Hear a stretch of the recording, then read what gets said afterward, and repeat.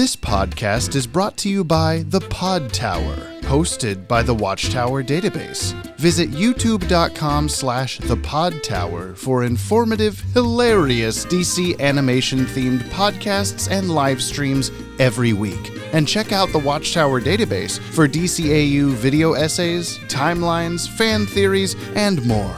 And please, enjoy the show.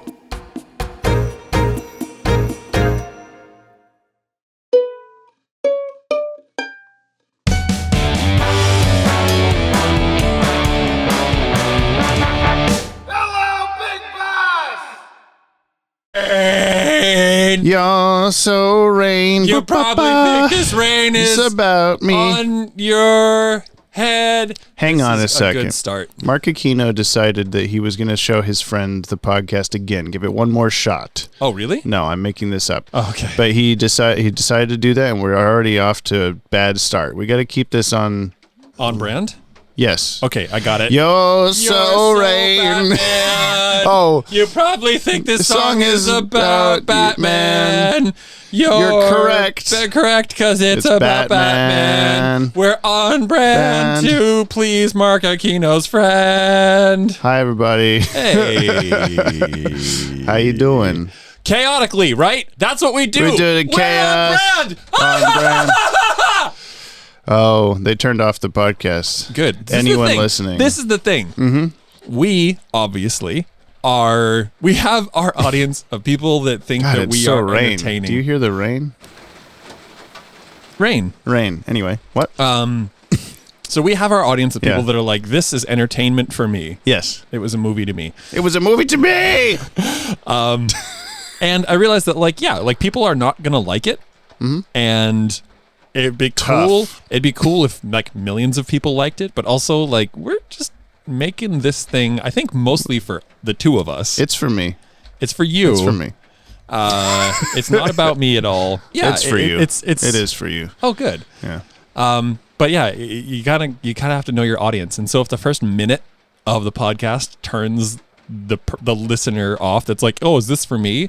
If they don't like the first minute, they're probably not going to like the whole podcast, and that's okay. That's why the first episode, which was The Cat in the Claw Part 1 and not on Leather Wings, it has the most views because people start it and then they go, ooh, I don't know about that. To be fair, it wasn't even that bad in the first episode, I don't think.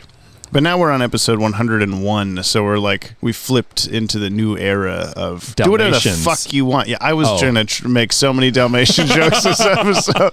I didn't have any planned, but I knew they would happen. Well, I'm starting it off. It's episode 101. Highway 101. It's hey, that's how you get to Big California. Bus? No. That's how you get to Florence. Of Arabia? I'm James from the Watchtower Database YouTube channel. This podcast is all about me. I'm here to show my good buddy Brian, who this podcast is all about, the entire DC animated universe from start to finish for the very first time in the controversial air date order. Here's a controversial thing we're doing today because we're on a Batman episode in the middle of Superman the Animated Series because it aired during the Superman show. And I'm Brian. Wait, does that mean you're going to change the theme song for this episode to the Batman one again? Back to the Batman one, yeah. It's already happened for everybody else. Oh. Listener, go back and listen to that again. It's a little plucks, the little...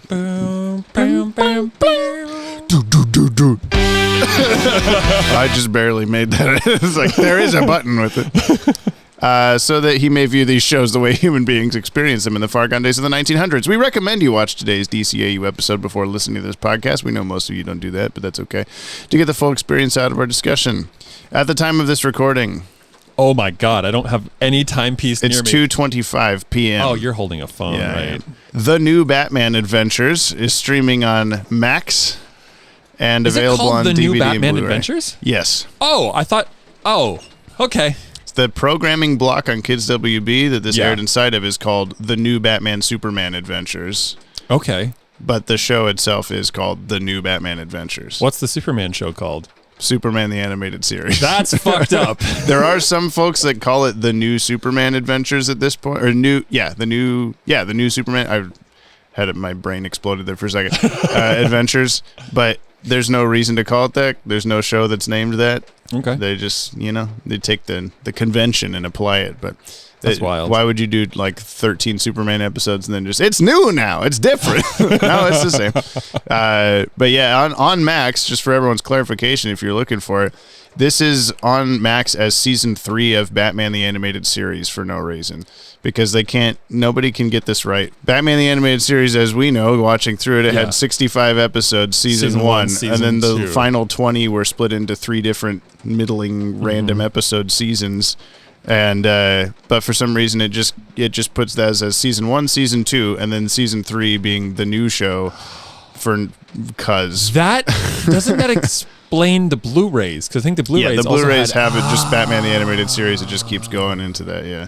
God damn. And this was released as volume 4 of Batman the Animated Series on DVD back in the day. So I think it's just because it's pretty short of a show. I think it's only 20 something episodes, and it's essentially a continuation of Batman the Animated Series. So they're just like, whatever, nobody will know what this is if we release it as itself. So we'll just always put it and mix it together or something. So it's, I guess I don't want spoilers, but I expected this next season of Batman, the next iteration of Batman that we were watching, to be something different. Oh, it is. Oh, it will be notably like you'll notice the changes, no. but then I want my Batman back. It is. You'll see. Oh God. But yeah, with that being said, today we're watching Holiday Nights is the name of this episode, which you guessed was Batman Saves Christmas, which pretty accurate. I would say in this episode he saves himself and New Year's Eve, but there's Christmas in it. It's Christmas adjacent. Christmas adjacent. We're winking. You can't see it. This originally aired Saturday, September 13th, 1997. That's not a Christmas time No, block. it's not. At 9 a.m. on Kids WB. This aired directly after Speed Demons in the Adventures of the new Batman Superman Adventures programming block. This is air date number 1 and production order number 1. Whoa! This is going to sound somewhat like champagne. That was pretty good, actually. Thank you. Foley champagne sound effect. We're drinking in honor of the 1-1 lining up. This was written by Paul Dini. Alcohol last night. There was a lot of alcohol. We were celebrating being past 100 episodes. It was written by Paul Dini, directed by Dan Reba. Woo! Music is by Shirley Walker. Woo! I'll give Paul Dini a 1 too. Woo! And animation by Coco/Dong Yang. Woo! Fine, yeah, whatever. We have a special guest today. Oh, we do. Woo! And that happens to line up perfectly with Dylan Pollack bought us a Yoppie Bev today. It says, "Get swole, you two. Do some push-ups." Okay. In the rain push-ups. You want me to go outside and do push-ups? No. 1, 2, 3, 4, 5, 6. Oh no, Brian. Hey, that's too many. Gotta do more for Dylan. Do it for Dylan, baby. There's an important piece of information we need to share with the listener. Oh, yes? What is it? You're So Vain was not written about me. No, it wasn't. Or Jamie. No. Which is, I think it's important to know. It was also written decades earlier than I thought. Yeah, and decades earlier than we were born. Yes. So collectively. That's crazy. That's crazy. So it's good. It's just good that song's we're not vain because... Yeah. That song wasn't written about us. Batman Saves Christmas. Oh, is that what we're talking about? You probably think that episode's about you. No, I assume it's about Batman. I'm depressed, Red. Here it is holiday time and we're hiding out in this dingy rat trap. No presents, no fun, no nothing. Can't we at least get a Christmas tree? What? And support the mad campaign of botanical genocide that grips this country every December? But Christmas trees are so bright and fun and pretty. Oh, please, please, please. Calm down, Harl. I've got a little plan that will make this the happiest holiday ever. Hi, listener. We just now got this completely figured out in about 2 seconds. We had Dylan so gracefully and easily join us here on the podcast today. No problems whatsoever with gear and routing and all Why would you say that? What? So it's just a specific thing that it wasn't. I have broken in the big bus. I'm in the driver's seat. We got Dylan. Hi, Dylan. Why are there no seatbelts on buses? Hello. That's a good question. That's Does Brian a know the great answer? question. No, but I could probably make one up. Okay. Rhino safety. Makes sense. If there's a rhino attacking a school bus, you don't want the kid. If you're wondering, Synyop, what you just watched, Synyop.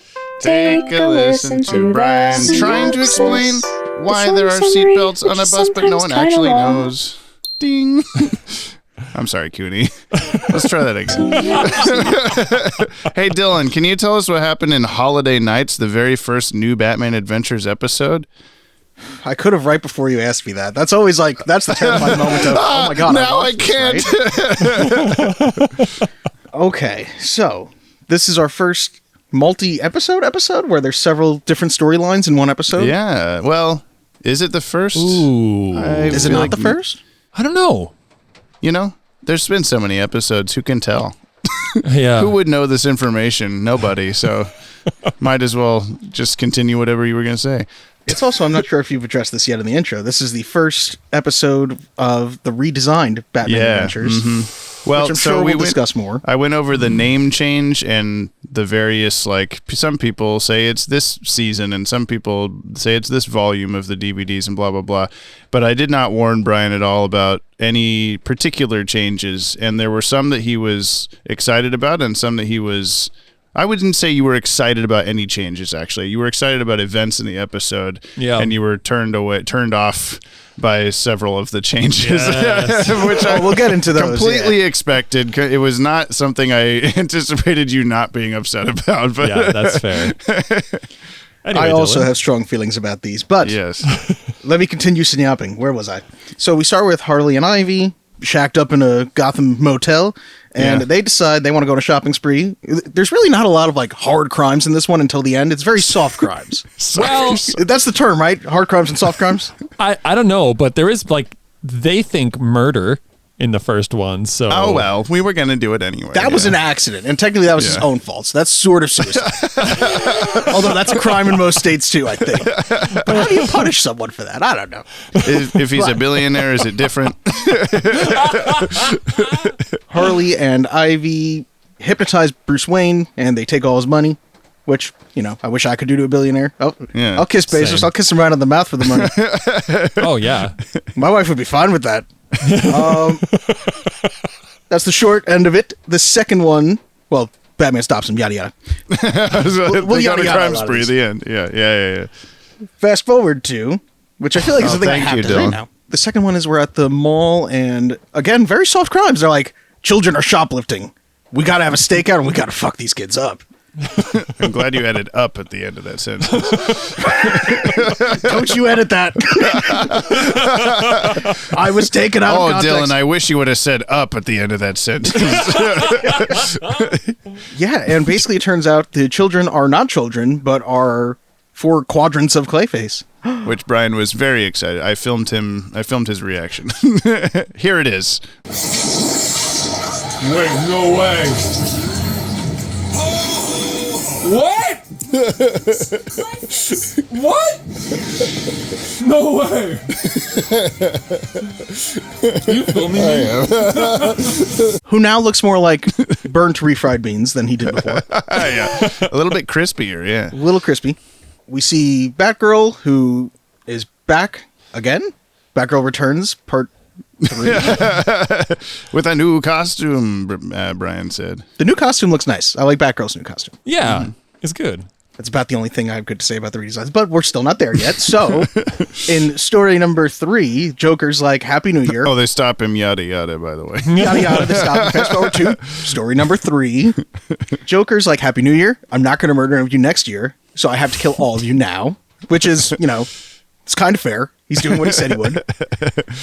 Don't know if he sticks to it next year, though. But he gives out Joker masks, which the people agree to wear?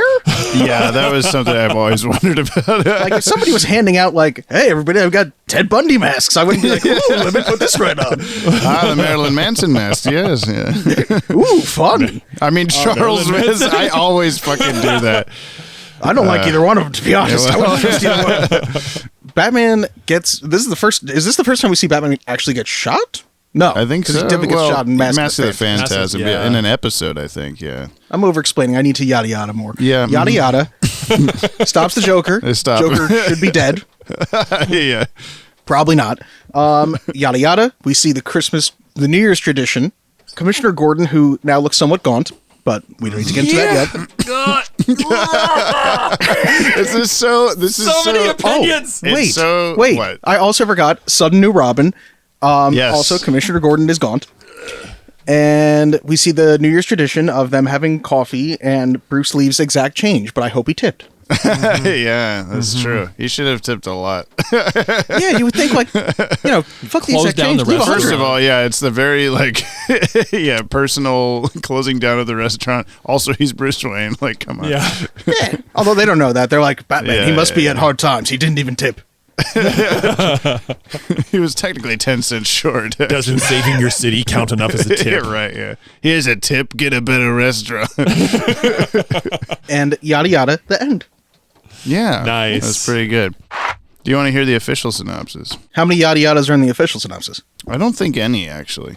Brian, where are you going? I didn't hear you. An adaptation of the highly popular comic book, The Batman Adventures Christmas Special.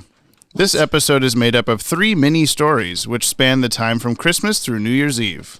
Story 1 is about Harley Quinn and Poison Ivy kidnapping Bruce Wayne with Ivy's hypnotic lipstick and using his credit cards to treat themselves to a Christmas shopping spree. Oh, this is going to be one of those synyops. Story 2 deals with Detective Bullock and Montoya staking out a Gotham department store for pickpockets, but in actuality it turns out to be the return of Clayface.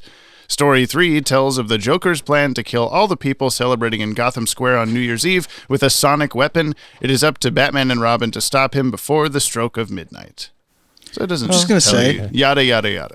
The first story takes place December 22nd, so they seem kind of stupid right now. Because they said it takes place between Christmas and New Year's, so. Oh, shit. Come on, Warner Brothers. So elephant in the room, we might as well just talk about all the fucking shit. I think it is honestly hilarious that you're having this reaction to it, because it is such the typical, like, you are now, I think, an official DCAU fan, because you have now experienced the entirety of Batman the Animated Series, and then the new Batman Adventure starts and you go, excuse me? Because you had like 5, okay, the very first one, I'll let you talk, but I would just need to describe the very first one that really got you was Bruce Wayne's new character design. He's talking to Veronica Vreeland in her house, and they're just standing there chatting. Veronica Vreeland looks pretty different too. Yeah. Very simplified. I told you this as we were pulling it up on Max. It was like, yeah, the only real, like, the main change here is that the art style is like simplified from what it was before. And you're looking at these thumbnails of like Two-Face, Mr. Freeze, who like look mildly different, but it didn't look that weird or whatever. And then Bruce Wayne comes on screen, and you turned around and just stopped watching the episode and just glared at me as like 5 different shots went by, a whole conversation. Is that mistletoe? All the girls running Why were over you sitting just behind still, him? still glaring. I was was on the couch and the dog was on the couch, so Brian sat on the floor. Naturally. Of course. But yeah, Dylan, I know you know this. Brian was so mad at that, and then he didn't do that bad for the rest of it, but he would just be like, "What? No!" Whatever. Okay, so Bruce Wayne's appearance. Dear God. It's awful. What do you hate about it? What do you not like? He looks like they're like, okay, we need to take like 20 years off Bruce Wayne and like polish him with some like high luster car wax. There was no like his detail and stuff was like simplified. That's fine, but he just looked kind of like a different person completely. Yeah. Yes. And it's then- so simplified that if you just put glasses on it, you would think that's Clark Kent. Yeah. Yeah. Yeah. Yeah. They're kind of the same now. White guy, dark hair. He has That's a little it. bit pointier nose, but other than that, pretty much. And then he doesn't have the little dot eyes. Like Yeah. it is raining like fuck here. Yeah, love it. And then you go to Robin, who's like voiced by a baby. 12-year-old girl and It's a is guy. 6. It's a boy. I don't know. Don't make fun of children, Brian. What the hell? I'm just like, it's just. You sounded like a 12-year-old girl. Well, we when had you like were Robin. we had Brian's college, fucking those kids up. we had like college dick, and now we have like, God jeepers, Batman! what we gonna do? I will say I do think his voice in this particular episode we've talked to this guy, Matthew Valencia is the new voice actor. And he's not done much besides Robin in this show. And he talked to us about his like first experience being in the booth with Mark, and he was just sitting between Kevin Conroy and Mark Hamill, and he was just what the fuck? Like, am I not supposed to be here? Kind of a thing. But even like the first thing he says is just very like, they say he's building some kind of special weapon. Like he like barely acts or whatever. And I'm sorry, Matthew, I know you're listening to this maybe, but but it's not like, I mean, obviously this is the first thing, probably like one of those earliest acting things. He's never done a cartoon before. He was being placed next to Mark Hamill, like, act now, go. Yeah. But it was definitely, I'm sure, very jarring to go from college dick to that. Yeah. That's the thing. Like there's nothing against the voice actor. Mm-hmm.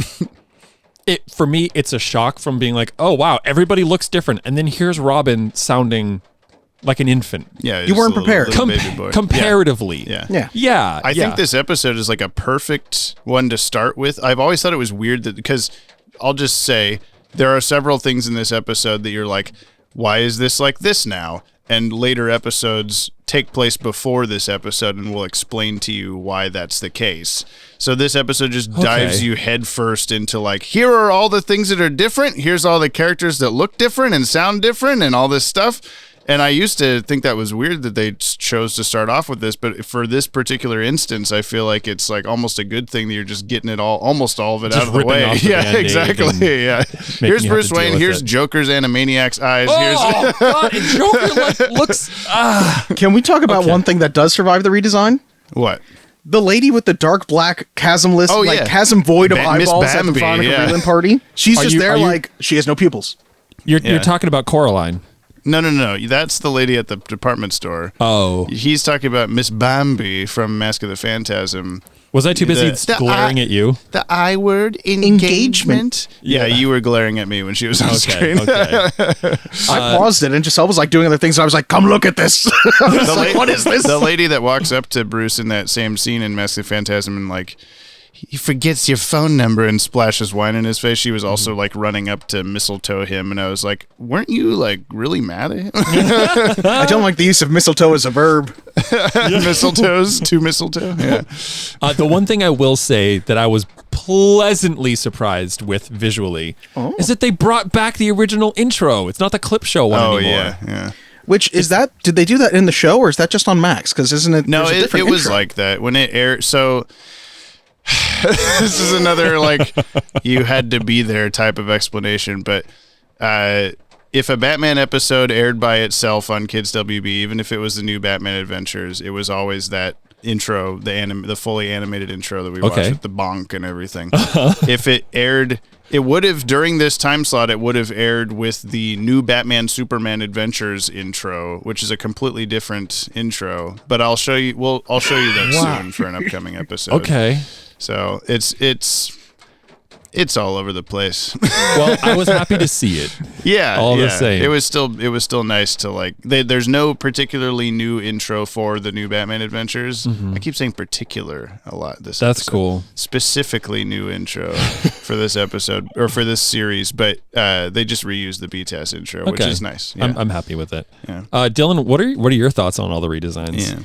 I hate 98% of it. And it's funny because, as you know, Keen Machine was here in New York, and there's not many people that I normally am just like ranting with about the DCAU besides, poor Giselle, who normally is like, I don't care. And I'm like, but I'm going to tell you. And so me and Keen Machine were just talking. And Gab, who's like, I don't care. And I'm like, I'm going to tell you. I did not like Mask of the Phantasm. Yeah. Poor Keen Machine was like, I actually really like the redesigns, and I think the color palettes are great. And I'm like, they suck, and you're wrong, and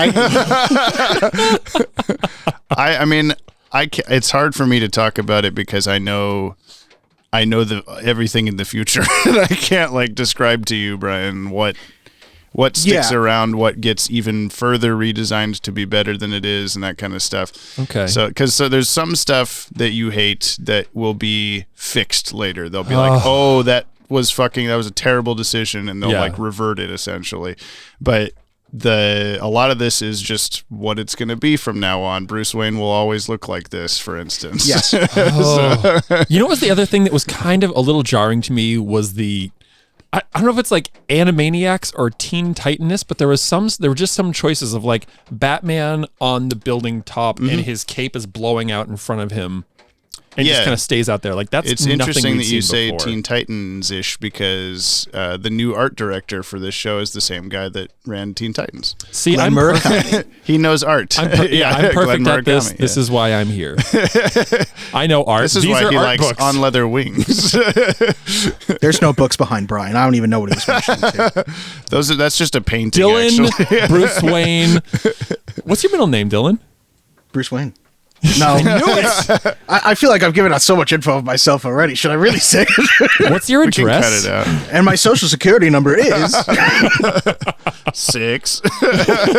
it's Conrad, and I hate it. Oh man, Oh, what? That's awesome. that's. I not asked too my bad. mom one time, why Conrad? And she was like, I don't know. I was probably high. I was like, okay. There's no Fair answer. reasoning. But now you're DCP. Yes. That's sick. Oh yeah, Detective Comics Pollack. It's better than when people just call me DP, which gets turned into something very different. Detective Pollack. Oh, I'm right there with you.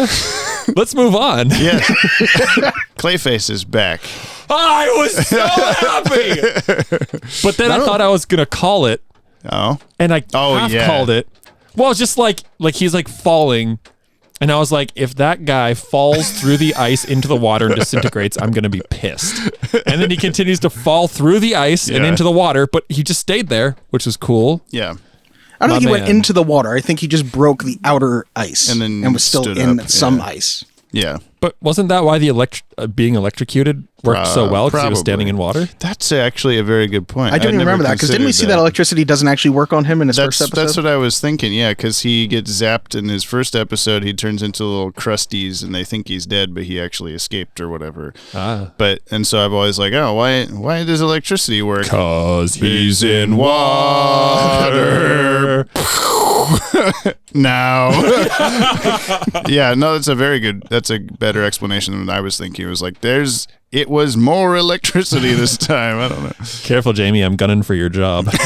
Yeah. You can host Willie Cannon from now on. Yay! Dylan, what's your least favorite of the artistic changes? I mean, is it the obvious one? Well, I don't Is it want the to say Joker? anything that's not in this episode, so I won't do that. Well, yeah, in this episode. I tried to watch it as though I was you, Brian, thinking like, if I didn't know what was ahead, what would I hate the most? Uh-huh. And I think I probably mentioned all three of the things that bother me the most during my long-winded synopsis, my particularly long-winded synopsis. That wasn't too bad. That was fine. Yeah. I just want You to say said yada particularly yada several times. Oh, particularly nice. Oh, sorry. Yes, so I particularly don't like Commissioner Gordon. Like they were like, we need to make this man look like he's yeah. on his deathbed because Yeah. This is he a goes from strange being choice. like this like brolic-looking older triangular, guy. strong He's guy. like a hunky. He's very fit for his age. and then Yes. he walks yeah. out with like a walker. Yeah. Yes. Batman, we need your help. The introduction of a new Robin without an introduction. Like I'm like, oh, I would not like this at all. Like childhood Dylan was probably like, what's going on? What's this? Well, so we were talking before the episode where I was like, we were talking about like what level of spoilers to keep away from Brian or whatever. And I was describing like, oh, at the time when this was on, like this was around the time where I was actually starting to get interested in these shows when this was airing. And so it was like, I was like I said last episode, I'd download, print out that whole website and put it in a binder and read all and look at all the pictures. I knew that Robin was a new kid and it was not the same guy. And so that wouldn't have surprised me at all versus you're just, what's the next episode? Who the fuck is this? Yeah, Suddenly there came a Robin again. I was seeing like, okay, like new Bruce Wayne and like new vibes and like trying to Yeah. come to terms with that. And then you have Robin turn around like, gee whiz, mister. Did you think it was still College Dick, just redesigned? Yep. Oh, yeah. I Yeah, didn't even why would I consider think that. otherwise? I didn't even consider. Yeah. Yeah, and you said, like, why is he a little girl now when he was talking? And then I said, like, it's a different guy. And you're like, that's a guy? And I'm like, no, it's a different Robin. And you're like, oh. But And then absolutely, how didn't- would you know that's a different person? Yeah, exactly. Yeah. You wouldn't. Let me tell you, firsthand experience. You have no idea. Why is Dick Grayson now 7 years old? Yeah. Yeah. And obviously, you know, the big one that I feel like most people would probably say in the comments too is the Joker redesign is real bad. Because horrendous. It's so stripped out of details. He blows his whistle, lifts his hat up, and reveals his new eyeballs, and you just went, huh? You're like so like upset by it. Yeah, it's a lot. It's a big change. Surely this is some kind of fever dream. Yeah, it isn't a fever dream, and don't call me Shirley. I thought your middle name was Shirley. We just established this, DSP.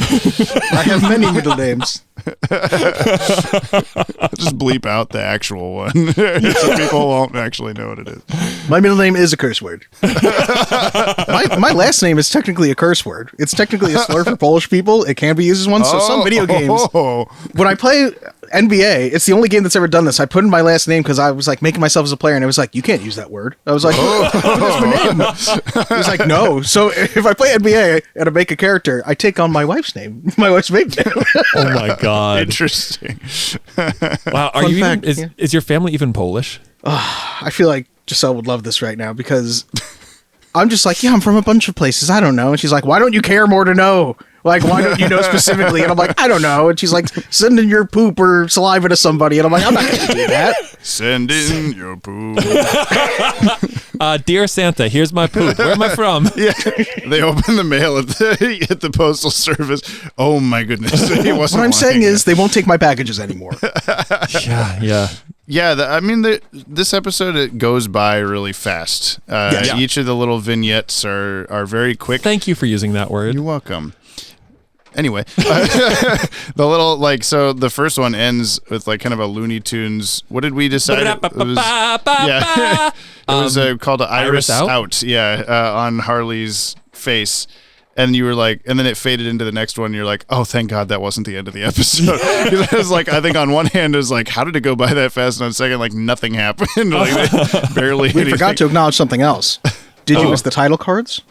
Oh yeah, they're gone. There's no like painterly title. It's just like Superman oh my God, episodes. you're right. Yeah. Oh fuck, Dylan, fuck Pollack. Is that how you feel about this episode in general? If you ignored the new coat of paint, what would you say about the episode? It got stronger as it went along. Yeah. Yeah, even though it ends with the Joker segment, but you're ignoring the artistic stuff. Yeah. No. I liked it. I thought it was cool. I liked the ending with geriatric Gordon who forgot his cheesesteak. He forgot his cheesesteak. I thought it was good. Yeah. You know, I just didn't like. Yeah, the Harvey and Ivy one was kind of weird. I imagine there's got to be.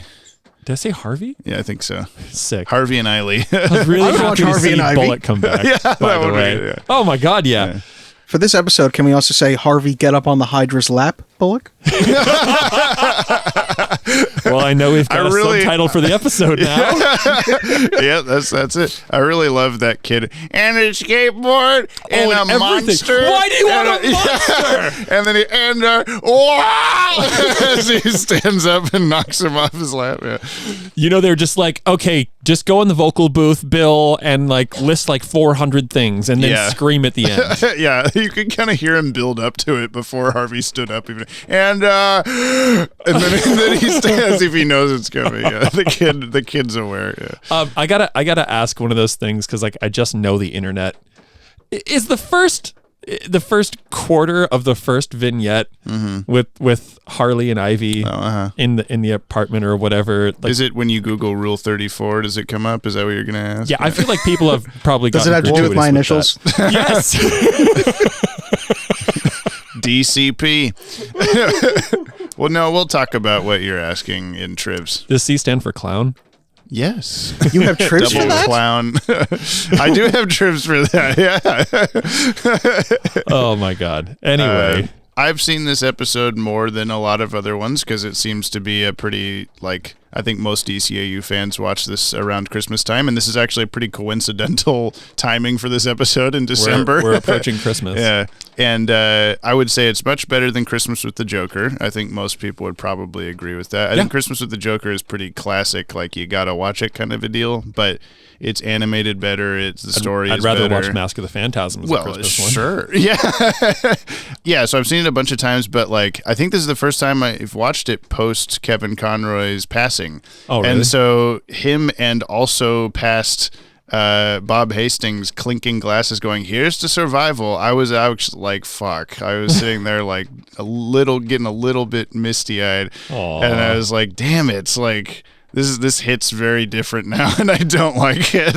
I get that. I mean, even I was like, here's to surviving, here's like to another, and just I think a lot of people have in the recent few years experienced a lot of loss, and I think well, and I don't mean to harp on it too much, but it made me think of like I mentioned, and we'll talk about this more too, but in the official synopsis it says, oh, this is based off of a comic book. The Batman the Animated Series tie-in comic, Batman Adventures, had a holiday special, came out years before this episode, and it's the same. It's essentially the same as this episode, but in Batman the Animated Series art style. Cool. And so that that panel of them clinking glasses is there. And when Bob Hastings died, someone photoshopped him out of that, and it's just Batman sadly sitting there with a coffee cup. Oh! And now there's just a coffee cup, and I hate it. Like, it's so sad, man.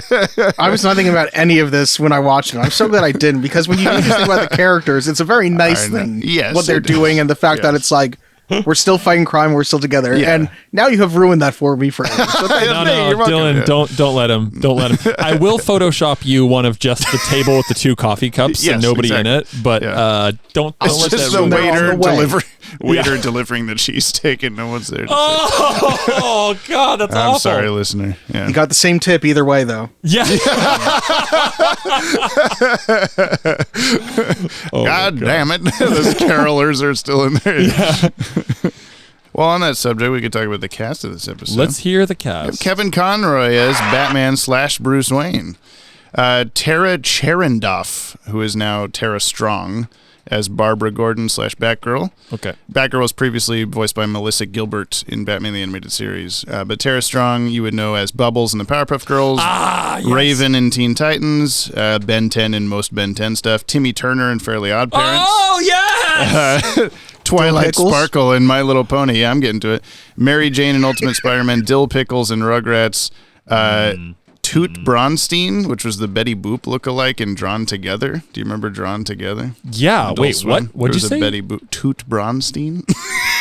Is that what her last name is? I guess. I don't know. I love Drawn Together, and the Drawn Together movie is way too hard to find. Oh, I didn't even. That I don't show think I was knew there was a terrible. movie. Dylan? It was not very Even good, as a but kid, I watched that show and I still was watched like, it a decent obviously, amount. it's like, there's a lot of cool shit going on because I'm a little kid watching this raunchy cartoon, but this is Yeah.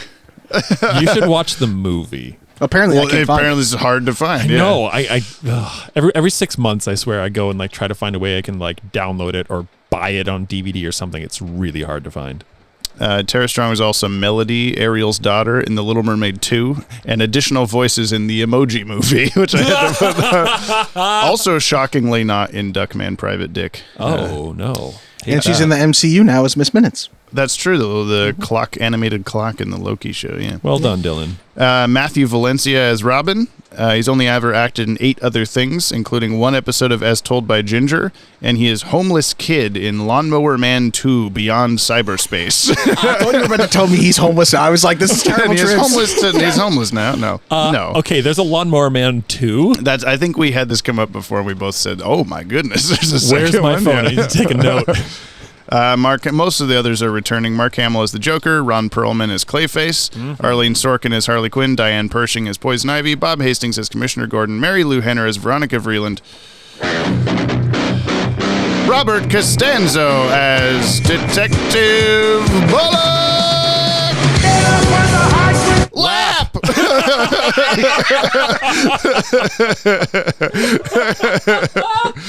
Thank you, Brian.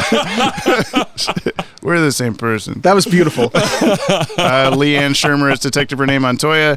We have Rachel Davey as Mary McSweeney, who is a little blonde girl on his lap. My dad's in prison. Man, is her- see, Harvey's got a heart of gold. I love that I guy. really loved the first kid.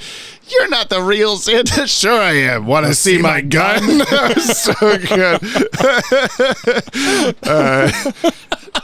This Rachel Davies is her only DCAU acting credit, and she's only ever acted in 4 other things. She was a puppy in Babe, a grasshopper in A Bug's Life, uncredited voice in Toy Story 2, and she played Lucy Van Pelt in It's the Pied Piper Charlie Brown in 2000. Which was Wait, she was Lucy Van Pelt and It's the Pied Piper Charlie Brown? apparently. Yeah. Wow. Is that your favorite movie? I didn't know that existed. We have Tress McNeil as little boy who was counting all the stuff. Previously woman in Time Out of Joint, falling down the stairs. Will forever live in infamy. Miss Stevenson in Lassac. Tour guide in A Little Piece of Home. And then we have Corey Burton as uniformed cop. I think one of the mall cops or something. Corey Burton Ernie? Brainiac. Corey Burton Ernie. Mm-hmm. That's very funny, Brian. Thank you. I'm just going to dive into the tribs because there's quite a bit of it. Oh, wait, one more thing. Rapid fire. Yes. Oh, Ron Perlman was also totally he one was- of the yeah. Joker henchmen, The right? clowns, yeah. When he's we got the boombox. Or no, he's the one after that on the ladder. Yeah. Yeah, talking down to he's Joker. just like, good Joker, I'm Ron Perlman on the ladder. Here I am. What would you Ron need? Perlman, the henchman. Is there a reason that they couldn't call them headphones? That they were like, the sound mufflers? Oh, no, I don't know. Because every time they went, look, those people have sound mufflers on. I'm like, headphones? As in ear, or what would you call that? Ear protection? I Yeah. mean, Ear muffs? Headphones? Ear muffs. sound mufflers. Yeah. Of course. We all have sound mufflers at home. Yes, we're wearing them right now. Head mufflers. Okay, we got the sign at the tie stall at Mayfield's. Reads Mayfeeds. The L is missing. Didn't see that. Although you were very interested in Bergduffs. They're like, what is a Bergduffs? It's a parody of Bergdorf Goodman. What? Bergdorf Astoria. There's a famous department store, the Bergdorf something. Is it a New York thing that we're not aware of that you are because you're there? It might be. Okay. Yeah, Bergdorf Goodman, New York City. Yes. All right, sweet. That's new trivs. Thank you, Dylan. Thanks. During the fight with Moe, Lair, and Kerr, those are Joker's henchmen, based off Moe, Larry, and Curly, the Three Stooges. Robin's whole arm becomes red. I didn't notice that. Didn't see it. Every villain in this episode gets defeated by a large object being dropped on them. Oh, holy shit. Don't most? That's how they got Saddam Hussein. Most people don't know this. When they tore down the statue, it was right on him. The 3 late-night revelers singing Auld Lang Syne in the tavern are caricatures of producer Bruce Timm, art director Glenn Murakami, and character designer Shane Glines. I thought I saw Bruce Timm in there. The Bruce Timm one's pretty obvious. Some of the women seen attempting to kiss Bruce under the mistletoe, also known as mistletoeing, were previously seen at the Wayne Manor party in Batman Mask of the Phantasm, most notably Miss Bambi. The toy store where Batman chases Harley and Ivy is Wacko Toys, which you noticed. The same company that made great. Riddler puzzles and games in Riddler's Reform. Yeah. Professional, right here. This guy. Yeah. In an interview with Animation Arena, writer Paul Dini revealed this episode was created due to the request from WB for a Christmas-themed episode. This episode was adapted from the Batman Adventures Holiday Special, cover date January 1995. Notable differences include the comic is still in the style of btas. The comic stories occur in a different order. The one featuring Batgirl and Clayface preceded the story featuring Harley and Ivy. In the comic, there's a clear reference that Harley is Jewish. I think she says some sort of Hanukkah-related remark in the hotel. Yeah, exactly. The football game that Joker's message interrupts features a commentator naming one of the players as Altieri in the episode, a reference to Kevin Altieri. That guy? In the comic, yeah, on your wall, Feet of Clay, Clayface. In the comic, the player was called Starkings after penciler Richard Starkings. The animated adaptation of the Joker story replaces 3 nameless goons with Joker's new henchmen for this series, Moe, Lair, and Kerr. The BTAS episodes Harlequinade and Make 'em Laugh featured Joker goons with very similar outfits and face makeup named Knuckles, Vinny, and Kowalski. I don't know why they're different now, but you know. Everything's different now, bro. Robin was also originally not part of the Joker story, so they just kind of tossed him in. Like, we got a new Robin, make Brian mad. Just put him there. He didn't really have anything interesting to do. He just tagged along, which makes sense because he wasn't there before. Yeah. Yeah, he's just there to be like, Jiminy Jokers, Batman. Like, He's also like pretty inept because he like jumps after Batman and just slams into the truck. Like he can't even make it up there or whatever. he's a Yeah. child. Like, It's his first time doing Yeah, this. this is his first Christmas. Yeah. And oh, right. I was gonna say he looked a little bit like not so sure-footed. What's the Yeah. opposite of sure-footed? Unsure-footed. Yeah. Fuck you guys, damn it. On the building, like Yeah, walking yeah, along, and I was yeah. like, "You're a circus person. Like, I you think did he was. trapeze." I or- think he was purposely doing a trapeze thing. But this Robin is Tightrope, also not not a trapeze. circus. Yeah, he's not a person. circus person. Yeah, but I You feel don't I'm know like that. already forgetting. Yeah. Oh my Also, God. if he was still that circus person, he has shrunk several feet, so that might be affecting him. yeah, I guess so center of gravity changed. In the comic version of the Clayface story, Barbara enters an empty dressing room to change into her Batgirl costume. In the episode, she ducks behind an abandoned counter. Interestingly, Bruce Timm and Paul Dini's original script for Abandoned Counter Abandoned counter. usually has lots of people. Yeah. You ever do urban exploring? Check out some counters that have been abandoned. Wow. This one's got a paperclip. I was going to say it's got a piece of dust right here in the corner. Interestingly, Bruce Timm and Paul Dini's original script for the comic had Barbara changing her clothes in the middle of the panicking crowd, trusting that no one would notice her. The publisher firmly vetoed this idea as too indecent, so instead she used an empty dressing room. The animated version seems to represent a compromise, mostly obscured. Bruce Timm's original rough pencils for the changing in the crowd version can still be found online, if you want to go take a look. No thanks. Yeah, that's a weird thing to be like. And also, she totally gets naked in the crowd. Yeah.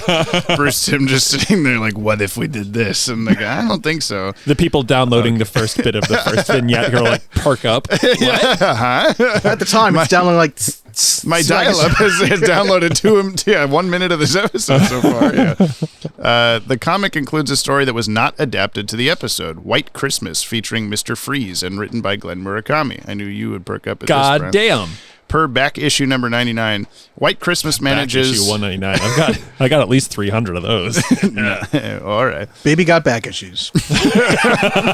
White Christmas manages in just 13 pages to, if possible, be more heart-wrenching than Dini's Mr. Freeze episode Heart of Ice, as Mr. Freeze visits his wife Nora's grave on what would have been their 10th wedding anniversary. With no snow forecast until January, Freeze breaks out of Arkham determined to make it snow. But it is his motive that tugs on the heartstrings. It had snowed on their wedding night, and Freeze's beloved wife loved the snow. His final words, "I thought it's sad that there should be none this year, and I wouldn't want my Nora to be sad tonight," hang in the air as Batman leads the broken man back to Arkham. According to Bruce Timm, he originally wanted to adapt this story for the episode, but was forced to drop the idea when Nora was revealed to be alive and in cryogenic stasis in deep freeze. And we may not have seen the last of him, as you know, from the thumbnails on Max. Yay! Would you have liked to see that story? Yes. As Mr. Freeze, of course. Of course I would. The pilot episode of the series now, associated with Kids WB, has less strict censors than Fox. Hence Batman getting Yeah, shot. features slightly more violent content. Examples of such include, but are not limited to, the first television depiction of the Joker's laughing gas actually killing people instead of just making them laugh long enough as a mere distraction, barring Mask of the Phantasm, which was a theatrical film. Batman getting injured when the Joker directly shoots him in the shoulder with a gun. Previously, characters couldn't get shot on screen, at least not explicitly. What? You have a thought?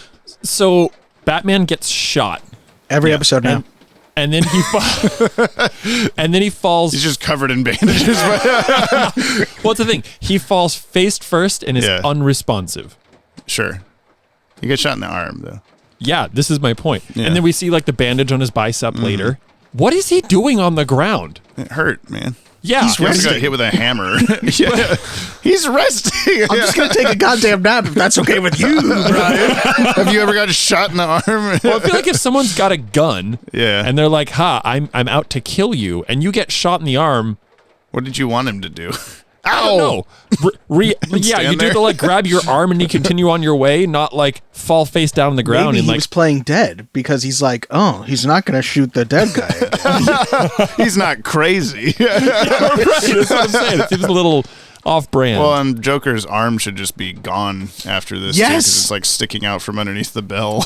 Joker should be gone after this episode. Oh, jeez. There's totally a version of the new Batman Adventures where Bruce has a Joker arm in the Batcave now. Like, so that after the bell incident.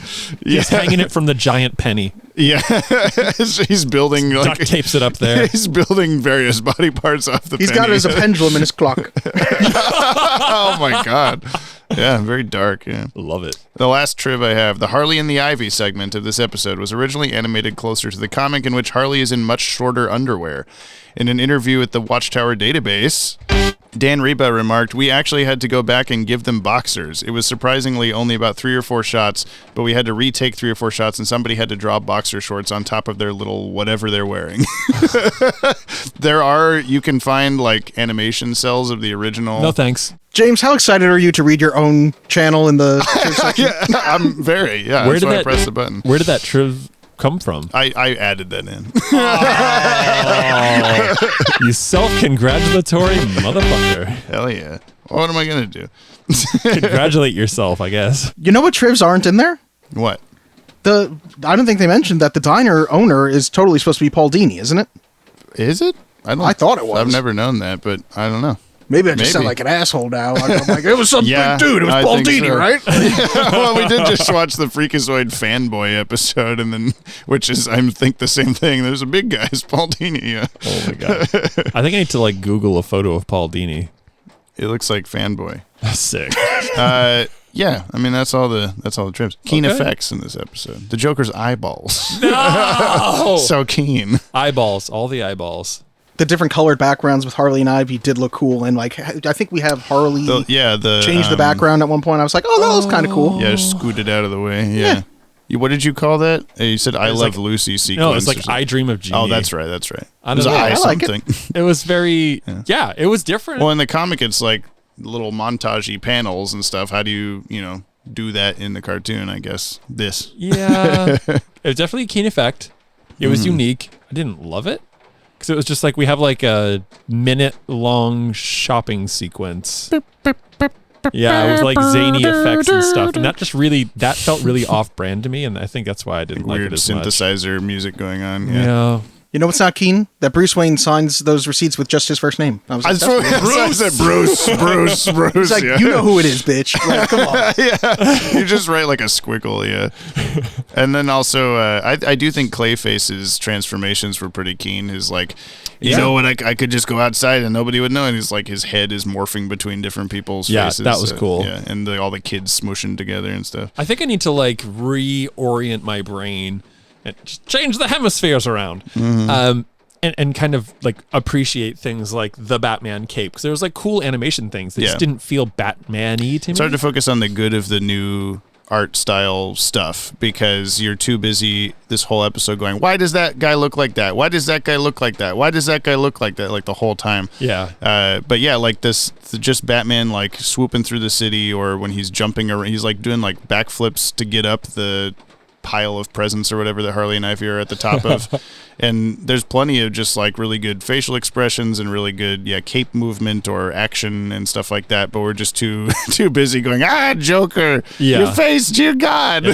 Yeah. You know, it's funny that you say that though, because it's a really good episode and it's really well animated, and obviously the animation is very consistent, I feel like, from here on out for the most part.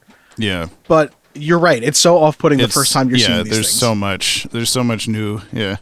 Are you guys contagious through Zoom? What's going on over there? I cough all the time. I just have an endless cough. Nice. It never goes away. I edit out most of them. You should edit them all together into like the opening from Disturbed. You should be like, oh, Yeah. COVID, not Disturbed. Should edit all of my coughs into Disturbed. That's what he said. you got your sound mufflers back on? He sure does. He's back. I sure do, baby. That was something that in the comic they go into a little more detail of like that. Maybe they do say it in the episode. I wasn't thinking to. I think we were too busy talking about new baby Robin. But when Commissioner Gordon's showing them the like pictures of the dead body that they found, that like, oh, the Joker like killed this guy and stole his shit. Yeah. That's a GothCorp employee which was the company that Mr. Freeze worked for. Oh, right. So it's like, oh, we do everything. We're the people company. We're GothCorp. We make sonic weapons and Mr. Freeze. Whatever you need. Now known as Hot Topic. Yes, exactly. They got all sorts of sound mufflers with like Invader Zim on them and Nightmare Before Christmas. It's all there. Hey, Brian. Hey, Jamie. Batman's usefulness in this episode. Oh! Oh. Before you say this, I want to mention, I think it's a strange mix of feelings for this because we're like, we're doing the Batman stuff again. It's so cool to see Clayface and Harvey Bullock and all this stuff. And then we have all the other like, stuff going on. So it's like it's this nice, like comfortable, relax back into the Batman thing for a second. We'll have more Superman, whatever. But then, there's just it was a weird like starting off. Oh, the Batman theme. This is so nice and all this stuff. And then we just have to like, I'm gonna just say for the listeners' sake and maybe Dylan's sake or whatever that like, I think there are some episodes of the new Batman Adventures that mightily outweigh the Batman the Animated Series episodes. Like any given episode, I think, and you just kind of have to like accept that they look like this now. It's not going to be easy. It's not going to be easy, but you will get used to it. Yeah. Wow. But anyway, Batman's usefulness. Okay, well, he was kind of back and forth on this episode. Yeah. He got hit by the big hammer and stuff like really easily. Yeah, he was a little kind of awesome, kind of awesome. So I'll give him a middle of the road. Then I'll give him a 5.1. Mm-hmm. Empty coffee cups sitting alone on a table. Oh my goodness, Brian! 10. Why would you do this with no one to drink them? Oh God! 5.1 cheesesteaks. Lonely cheesesteaks. Undelivered. What about you fellas? I'll give him. I mean, he stopped the Joker from killing like thousands of people there at the end. So or at least 40. At least 40. There's always Batman saved at least 40 people every episode, I think. I'll give him a 6.5. No, 7. I'll up it to 7. I'll give him a 7 champagne corks in Joker's eyes out of 10, which you looked away from when they're like 10, 9, and you're like, time to clean up the chip bags on the table. You're like not watching the show. I'm like, God damn it, dude. I thought you were gonna miss Clayface. I saw what? I thought you were gonna miss Clayface because you went to go get the chips and pour more tea and all this stuff. I'm like, Clayface is about to happen. Like, come on. It's okay. It's okay. We need to up our snack game next time. Yeah, just have stuff ready. Yeah. What about you, Dylan? What's your Batman's usefulness? You guys are a little harsh on Batman. I think Bruce Wayne, didn't do so well in this episode with the hypnotism. But Batman stopped everything he needed to. I'd give him 8 man-lifting Joker mask to puke on New Year's. That was good, yeah. I've never noticed, and I don't think that, so that guy lifts his mask and goes off screen. And then when you see Batman and Robin jumping onto the truck, he's just like in front of the truck, like, oh God, yeah. No, he's messed up. I've not noticed that before. He's having a Maybe bad that's time. why they agreed to put the masks on. He got him really drunk first. Like, he got the entire crowd. Yeah. Poor guy. Yeah. Books or hip hop for this? Ooh, books, because it feels like chapters. Oh, that's good. I was going to say hip hop because this show always feels more zip zappy than Batman the Animated Series. Just to be an ass to Brian, I'm going to say hip hop because it feels like different verses. Oh, there you go.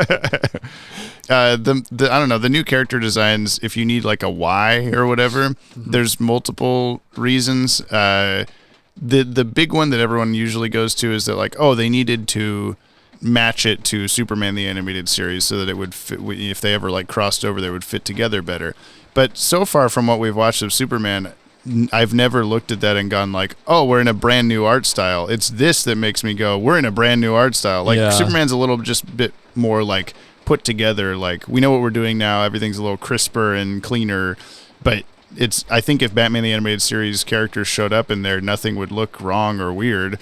So that's always been a weird, like, did you really need to, though? I don't know. It wouldn't be an amazing world of gumball mishmash of It would be a little styles. bit. No, I think the BTAS is definitely much more detailed looking than some S-TAS. characters, yes. I think that, like, if BTAS Batman and S-TAS Superman were standing next to each other, I don't think it would look too off. I think if you had maybe btas Clayface and Lex Luthor standing next to each other. That would look like two different cartoons. So some of the characters I get it. There's just others like where like I don't think Joker needed to be changed or whatever, you know. But I don't know. btas Bruce Wayne next to Clark Kent, they would look really weird. Okay, sure. Now you can put them next to each other and go, which is which? I don't know.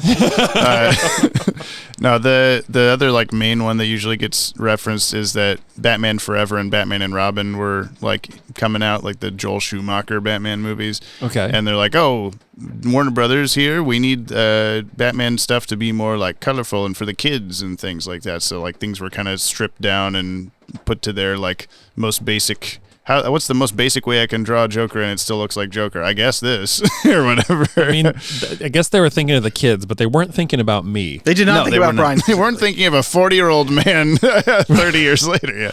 Which, you know, well, you were a kid-ish. The song "You're So Vain" wasn't written about me, as we discussed in the intro. Yes. You weren't here for that one, No, Dylan. Dylan doesn't understand. Okay. I'll get that later. Yeah. Or But- you won't, because it didn't make sense But then either. But apparently this episode also wasn't animated for me. No.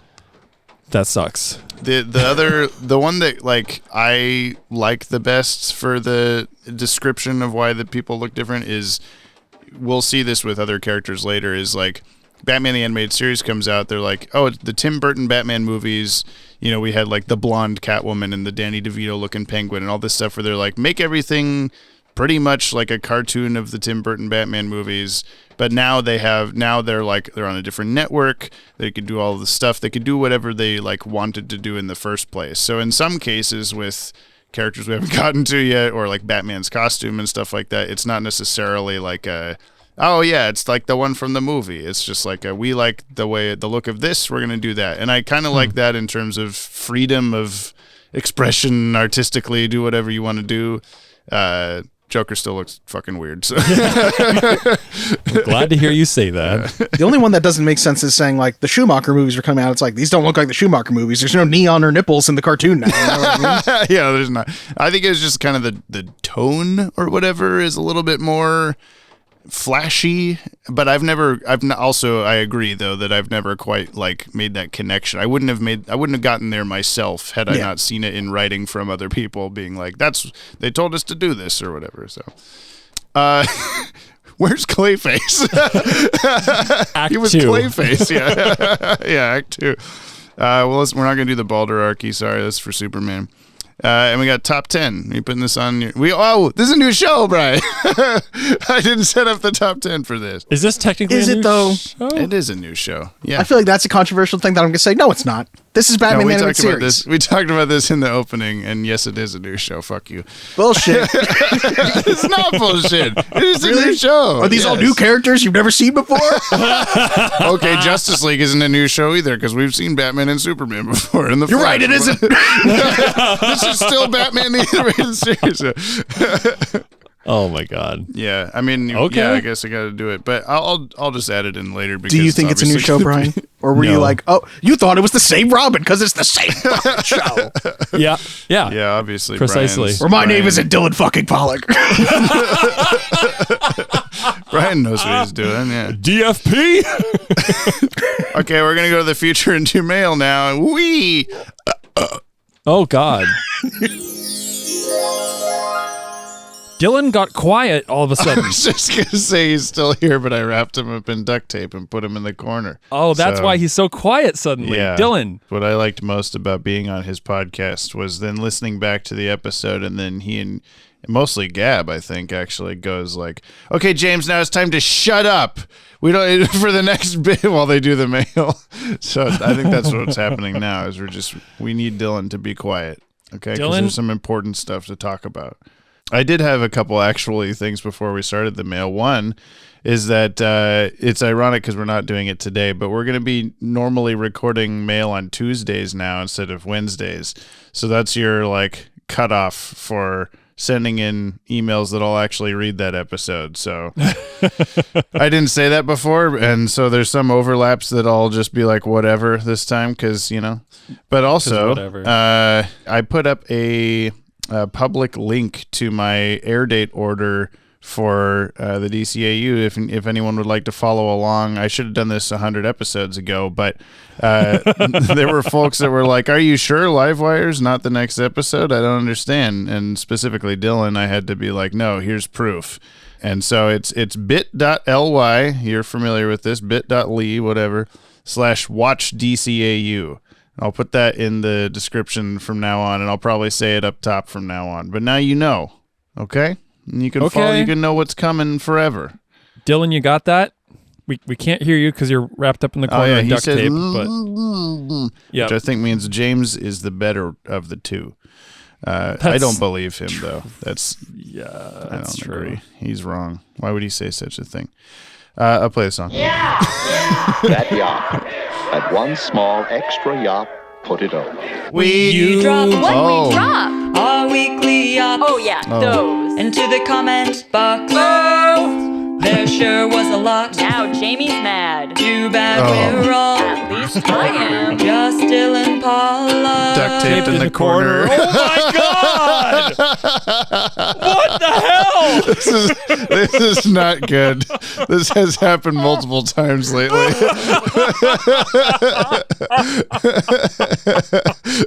Oh my god!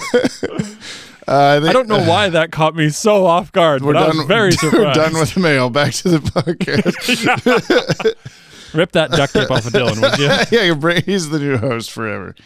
This is from Stephen Childs. This is a new one. Welcome. Hey! Wagon jumped upon with a little check mark. Good job. Howdy, Yoppie dudes. Oh, howdy. How's it going? Howdy. Long time listener, first time email writer. By the time you read this, I don't know why I'm doing this. The time you read this, I'll have listened to every podcast episode and watched every episode covered by the pod so far. I started just before Halloween, so I'm pretty proud of how quickly I was able to catch up. Oh, no! What? That's a month. That's like 3 hours, or no, that's 3 episodes a day, which is like anywhere up to like 4 to like 6 hours. I mean, I don't blame people if they just put on while they sleep or something. Let it go. I would be fine with it still. Yeah, yeah. It still technically counts for us in all the algorithmic reasonings.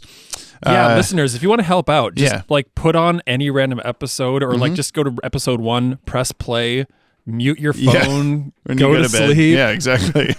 Just turn the volume all the way down, plug your phone in, obviously. Just in time for the 100th episode, let's do! Like Brian, I'm also a big Welcome to Night Vale fan. Oh! I actually put my catch-up of that show on hold while I caught up to this one. I mean, that's kind of insane, but also like... I'm proud. Thank you. Yeah. You guys are so keen, I felt compelled to put all other pods on hold till I'm fully caught up. Question for Brian, favorite Night Vale character? Oh. I like Billy. I'm just making shit up. Is there a Billy? I don't know. There's probably Billy. It was probably Reinhard or something. Like the softball answer would be Cecil because he's so entertaining. I really liked when Joseph Fink, who's one of the writers of the show, made a like cameo. He's kind of like found himself in the show. That was wild. So that was, I don't know, I really like that one. I like them all. Are you saying the creator of the story like inserted himself into the story? Is that kind of what you're talking about? Yeah. How could that be possible? There's been this big outburst in comic book Twitter argumentation land where there's this like old crusty comic book, like he's like the human version of comic book guy from The Simpsons, basically, like just but almost more comical in that this is a real person with real feelings. Like he really thinks these things. He's talking about how he just like, comic book writers nowadays just write Captain America. No one wants to hear your like personal political opinions, and no one wants you to insert yourself into the comics. Like nobody used to do that, all this shit. And of course everyone's just coming out of the woodwork to be like, you're a fucking idiot. Like this is how it's been since day one. Yeah, that's like Night Vale is pretty blatantly. I'm literally every character in Vireal. No, in Night Vale, they definitely put their politics first. Like, it's super LGBT friendly. Because unless I'm mistaken, every character in that town is gay except for one couple that's straight. Oh, okay. Which is Steve Carlsberg, who's also pretty high up on my list of characters. All right. Well, and the question for James is, do you still play euphonium? I also played euphonium once upon a time, and I'm pretty sure I still have the scales in my muscle memory. Yes, I do. I'm in a community band. I was in drum corps on euphonium. I do all the euphonium. You played it. I played it. It's in the front of in the this. theme song. Yeah, it's in every episode of this podcast. You hear it. I'll hang up and listen and also contemplate what my gimmick will be. Good. Well, thanks for coming out of the woodwork. This is from Tip Tapricot from the 100th episode. I'll let it slide because they didn't know Tuesday. Also, happy 100th episode, Wowie Zowie. It's contemplations on speed demons. I'm going to be real. I didn't get to fully watch this episode before getting to make a comment because I got called into work to cover a shift on one of my days off. But it's a good episode. It's so exciting that it introduces the Flash and other heroes. And I think sort of just has that larger sense of the world. I think it's also interesting seeing people play off of Superman as more of a straight man, even though he's usually seen as such a goody two-shoes type guy. But then you have the Flash, who's a lot more energetic and all that sort of stuff. I also want to say shout out to all the Australians. This is the episode for you. How does it feel to be represented by the DCAU so well? We got to put all the names of the characters that were Australians in this episode on the wall. Have a good rest of your day. Sorry, this sounds crunchy. I think it was Captain and First Mate are Australian. Yeah. Really? Is that it? I think so. Okay, don't do it. Don't do it yet. I'm gonna. Let me double check. I don't want you to get it wrong. Otherwise, we got Jake Barrett is Australian, Ashley Tutchin is Australian, Ronish 1996, which I think is also Autism and Comic Book. Yes, correct. Is Australian. We got the Yop Tower is Australian, and Banana Boy is from Missouri. Do you write is Australian after each one? Oh, yeah. Okay, then you should write Captain and First Mate are, and then in quotes, Australian. Man overboard. I'll read you Scotty Cameron's while you're doing that. New Year's with the Joker. Hey, Yoppie dudes, are you ready for the return of Batman? That means the return of Batman's usefulness and all the fun Batman gags from BTAS. Wait, since this is a holiday episode, you got it, Scotty. Does this mean we get the return of our Lord and Savior Dylan Pollack? It sure does. He's in the corner here. He's right there in the. Damn it, Jamie. If so, that means I have to come up with a special question of the week for my sock puppet master. He's not. Well, I mean, he is. He can't answer, but you should ask him anyway. Yes, Samsung Galaxy G7 Crown is a real phone. I had to learn the full name of my type of phone a year ago when I got the screen repaired at You Break I Fix so they could order the parts to repair it. Question of the week, James, Brian, and Dylan's favorite part. If you were caught putting soda in a water cup, who would you want to have catch you? Batman, the Punisher, or Jigsaw from Saw? I'd say Batman because he just beat the shit out of me. No, he would not. Don't do this. Punisher would kill me, but he'd make it quick. Fucking Jigsaw would place me in some death trap to test my will to survive and teach me to value my life and the lives of others so I don't steal soda from a soda machine. Stay Yoppie Scotty. Yeah, Batman would just grab your wrists, you'd drop the cup, there would be a splash a little bit in a close-up, and then you'd look up and there's Batman, and then he just kind of goes, and you just go, oh, and then you walk away. That's what happens. And so I choose Batman. Can I go off the rails and choose Harley Quinn? And it hits you with a giant hammer. Yeah, it'd be hilarious. Yeah. This is from Lanola Cola. Tug on the Super Cape. TNBA starts now. Happy holiday nights, James Strecker Claus and Brian Manili on the shelf. So I wasn't expecting new Batman adventures to start now. Well, guess what, baby? Maybe I need to give my TNBA emails an appropriate title. Tug on this new Super Cape Adventures, the new Nola Cola emails. I'll just stick with the brand I got. Anyway, holiday nights, a.k.a. suddenly there came a new Robin, guest starring Mickey Mouse as the Joker. Guess who's Bat? Bat again. Batman's back. Tell a friend. The new Get Up on the Hydra's Back adventures. So our new some lady is Veronica Vreeland, who is a woman. Or hey, that's Tara Strong. So I also why is this sounding like a Ryan Hip voicemail in transcription? In text form, yeah. Yeah. The vignette format for they used vignette as well. So the format is a plus for me, but it shows off the new art style for the setting and the characters. Not to mention the show has a stronger anime feel thanks to Glenn Murakami. Although I do wish Bruce retained his old hairstyle and a few face lines to show his age. Yes, Brian did as well. Yep. The only gripe I have with this episode is that Batman and Robin somehow don't discern the Joker among the Joker face mask wearing crowd. It's not like the crowd are wearing the exact same clothes as the Joker or match his body type or the mask having a voice changer to mimic the Joker's voice or the mask covering the entire head. One lady's long hair was swinging back and forth for God's sake. If it had been BTAS, I would have said, for heaven's sake. Nonetheless, this is honestly a very keen start to the new show. I can't wait to revisit these episodes alongside STAS till we up again. P.S. No ejected shell casings from Pollack or Joker's pistols. Montoya is exempt since her pistol appears to be based on a revolver, which doesn't eject casings when fired. Okay, thank you. This is Holiday Nights, Eric LeBeau. Happy nondescript holiday, Jolly James and Blitz and Brian.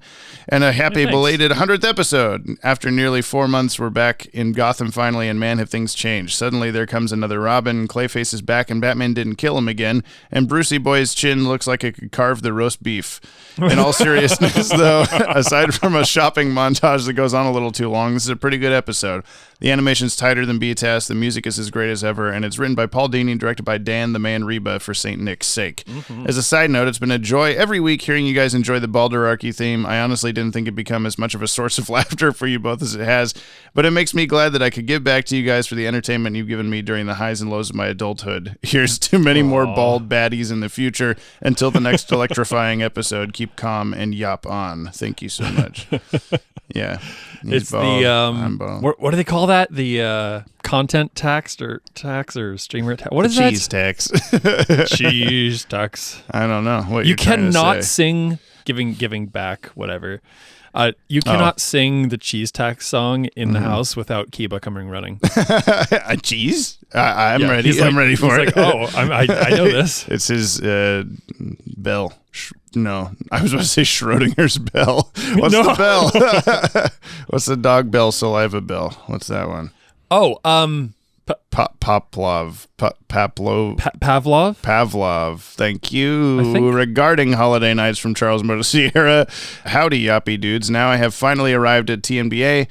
While I do think the dark deco Fleischer-esque aesthetic of BTAS fits Batman better, they did a very good job of adapting Gotham and its strangest inhabitants to the Kirby-esque style of STAS, and I suppose easier to animate since it's more pointy and has less lines overall. I also dig the red sky. This feels less dark than BTAS, both in writing and style, and I wanted to ask the all-knowledgeable James, as the rest of the internet has failed me, do they still draw it on black paper? No, they do not. Is the answer. Jesus, Jamie. Well, that was just the thing. Right there with the answer. That's the thing that everybody says about BTAS in general is like, oh yeah, did you know they airbrushed all the backgrounds onto black construction paper so that way they didn't have to fill in the black. It was already there. It had so much shadow. They only did that for like a few episodes because they realized that it was like making the painters like ill from breathing fumes and stuff from doing it so much. So it's like, it's not even a thing for all of BTAS. It's a thing for like half of BTAS or something. Oh, wow. But no, they're not doing it now either. And they went back to it. It's fine again. Now to the elephant in the room. Fuck this Joker design. Fuck this Joker design. Fuck this Joker design. Yep. I could be more pissed, but listening to Mark and Kevin again is cathartic, so whatever. How the hell did Joker convince everyone to wear Joker masks? It's like if a bunch of people wore Bin Laden or Charles Manson costumes for New Year. Wow. Yeah, we talked about this. I think we might have said those exact verbatim. names. Yeah. One was Manson, but I think you said Marilyn Manson. Yeah. Anyway, updating the how can Superman easily defeat this villain list, we have Weather Wizard. Find him and break his tech. Yeah, good idea. Thanks. Lobo Boy Fanboy 420. Hello, Rose and Max. It's come to my attention that neither of you have been receiving my messages directly, rather being intercepted by two Yoppie dudes. I also heard they drank the Yoppie Bebs I specifically sent both of you. Oh, whoops. Yes, James, stop outing me as an Android user. It's tough out here for people with class. Sent via the Samsung Galaxy Note 20 Ultra 5G and AT&T 5G smartphone. Thank you. I mean, just to be on record about this, both Jamie and I are Android users. Yeah. We are androids. we were never human to begin with. We use androids. We have Hardak installed on our systems. Ooh. Pedro Enrique, hello. Thoughts on holiday nights? Hello, Jambo and Bimmy. Pedro here, Hey. back again because it's Batman. Yay! Look, I love S-TAS, but I just missed hearing the BTAS theme and singing, "That's not how that works" every time. I didn't know the release order, so I was not aware that TNBA and S-TAS would alternate sometimes. Well, now you can go to bit.ly/watchdcau and you can know. Which makes me happy because I haven't watched either of them, so every week is a new fun experience. Yeah, same for Brian. Fun in quotations. Anyway, here are my thoughts on the episode Holiday Nights. I love these new designs after the S-TAS overhaul. Everyone is looking good. I do prefer the original Joker, but this one is still scary. Wait a minute, could it be? Is it true? Clayface is back. It's a Christmas miracle. Now let's wait until his next horrifying death and the cycle will be complete. No! Funny, Dick is looking younger than I remember. Oh, it's Tim Drake. So we're skipping Jason Todd? Okay, too sad, I guess. I don't know if half of that even makes sense to Brian. I'd say almost 3/4 of it doesn't make sense to me. Okay, cool. Tim Drake's the name of the new Robin. I figured. In the comics, there was another one in between him, but they just skipped that guy for this one because he got killed by the Joker, and it was too dark for the show. Oh, shit. I'm sure we'll talk more about that next Batman episode. Okay. Ah, shit, bro. Like Brian just said. At the New Year's Eve countdown, Joker's going to drop that monster beat. What a way to go, killed by dubstep. You know, the more you watch Batman, the more his hidden exits sound ridiculous. He had, no time to sneak out. Gordon must be deaf because Batman had to run like crazy to leave that fast. Well, he is this ancient man now. This episode was like a slight return to form to see how everyone's doing in the time since BTAS and now, and I love it. Great episode. See you folks next time, and stay yoppy. Thank you will. Ashley Tutchin, me and overboard. Dear PB&J, hold the P. As requested. Is P for Pollack? I don't know. Please find attached a phonographic recording of myself, a genuine Australian, reciting the line, "Man overboard." Keeping in the spirit of Speed Demons, I attempted my best Boston Australian accent. Yo, Soups, can see by your red booties you must be a Red Sox fan. We got a man overboard here. What are you going to do about it? Very good. Thank you so much. Says, okay, Jamie, you got your stinking recording. Now give me those photos back. I refuse to be blackmailed anymore. Wait, you're not reading this bit out loud, are you? Warmest regards, Mr. AJ Tutchin. Thank you. Ryan Hip, episode 101, Bat to Basics. Yo. Yep, I'm not proud of that one. Proud of Bat one. All right. Merry Christmas, Mr. Wayne. Merry Christmas, Albert. And Happy New Year, chump! What is it that makes Batman and Christmas the perfect marriage? I beg the question. Mistletoe can be deadly if you eat it. Give me some sugar, baby. Incidentally, 2 days after this episode drops, I will be attending a special Christmas screening of Batman Returns. Just the pussy I've been looking for. How serendipitous. Another season, another reason for making trouble. The new Batman Superman Adventures, next on Kids WB. Yes, it's everybody's favorite, for real, again. 2 years in a row, kids! It's Holiday Nights, one of the finest episodes of Christmas television ever committed to broadcasting. Bust that shit out every December. And it's the start of the new Batman Adventures, my personal favorite era of BTAS. I love the new look, I think the stories are more consistent, the Joker redesign's good actually, go fuck yourself. Love that Joker. And amid all the holiday cheer, we have the return of our gay icon Clayface. Now, some people might think it's problematic that the only major queer representation in the Batman universe is a felonious muck monster, but I speak on behalf of the entire gay community when I say that we really do spend our holidays shape-shifting and knocking off department stores. The level of research they put into this episode is just astounding. The new Batman Superman Adventures will return in a moment on Kids WB. So, where to now? Any place is fine by me, as long as it's away from that guy. I'd like to fill her void. Oh my god. The combo. Oh my Thanks, god. Ryan. Wow, this is great. It's makes like my life. Christmas every week. Scarlowy one, Yoppie Day Nights. Firstly, congratulations on covering a Christmas episode in December. I never thought this day would come. But without further ado, here is Jump on the Mechanic Wagon, Season 3, Episode 1. Hello, listener, and welcome back to Season 3 of Jump on the Mechanic Wagon. I'm your beloved host, Scarlowy1.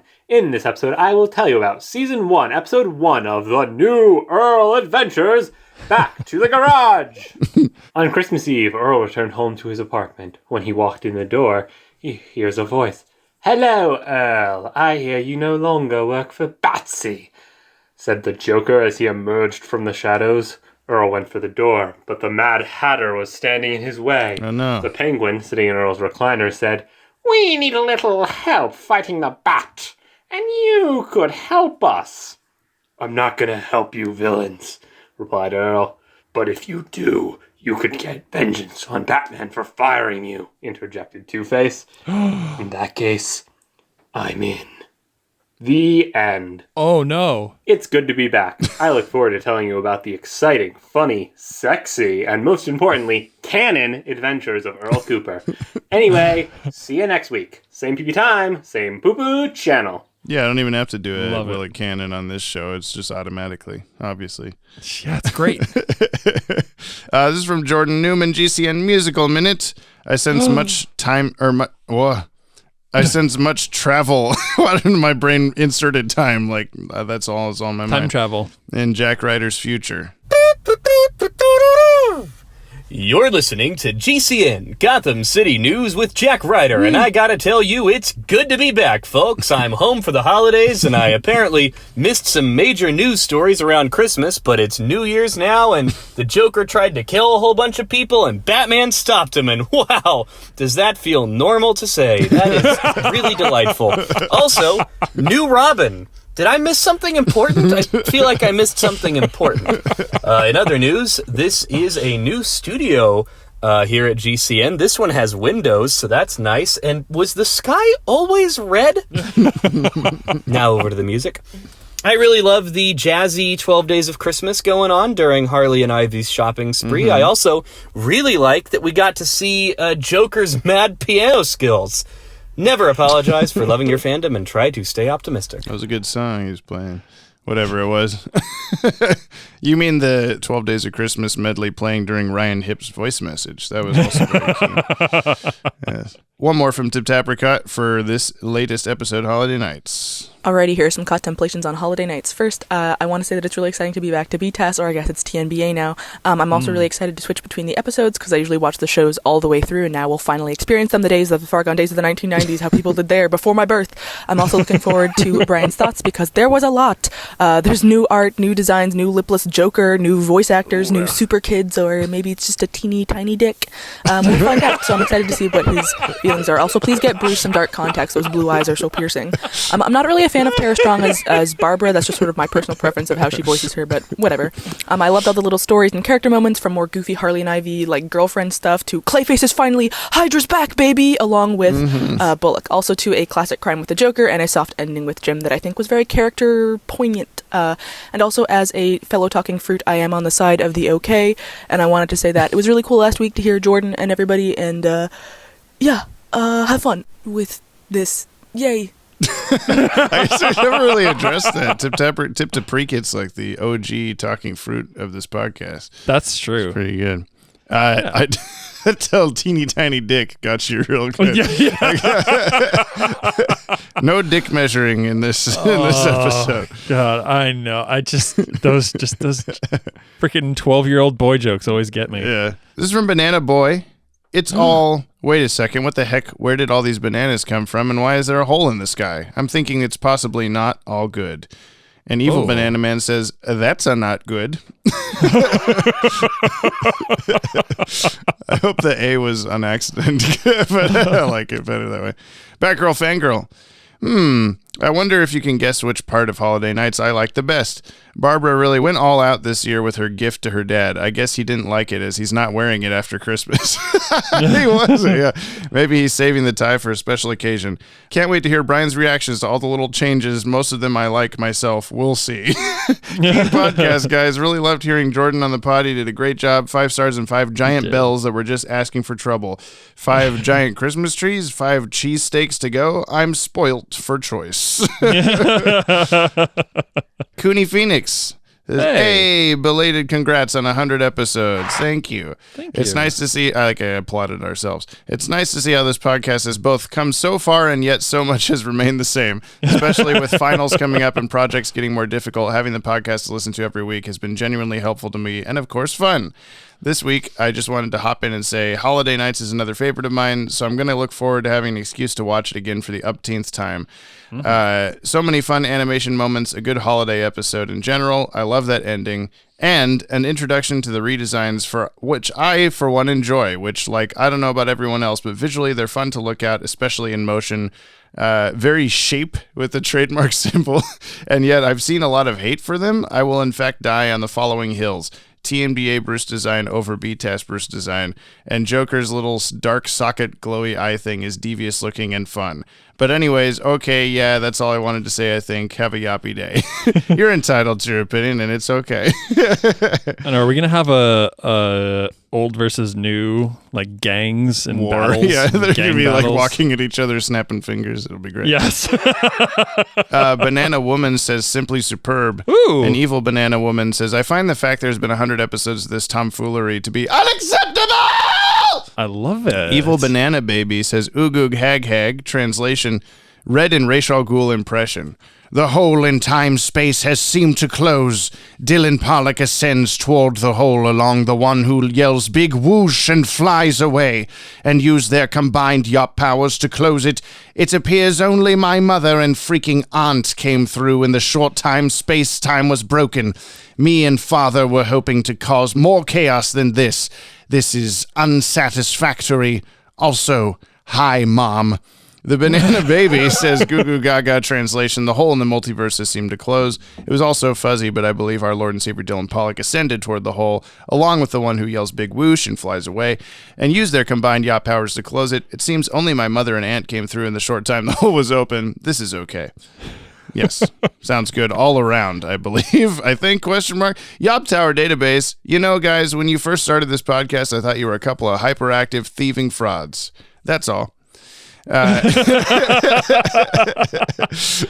Firebird 1080.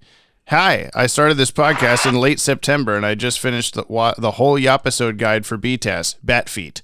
Damn, wow. That was 3 hours of my workday. Anyway, Spotify Wrapped came out a couple days ago, and I wanted to let you know you made it to my third most listened to podcast of the year after 2 months of listening. My number one was over 6,000 minutes of listening, just to gauge how easily you topped. I should be up to date by the next new episode. Happy 100. Thank you. And thank you to everyone else who posted their Spotify Wrapped showing that we're in their top 10 or 5 or 1, because that was very cool to see. That was wild. I was thrilled. That was the day after we read Mark Aquino's comment about his friend saying all the things that were bad about this podcast, and then it picked us back up.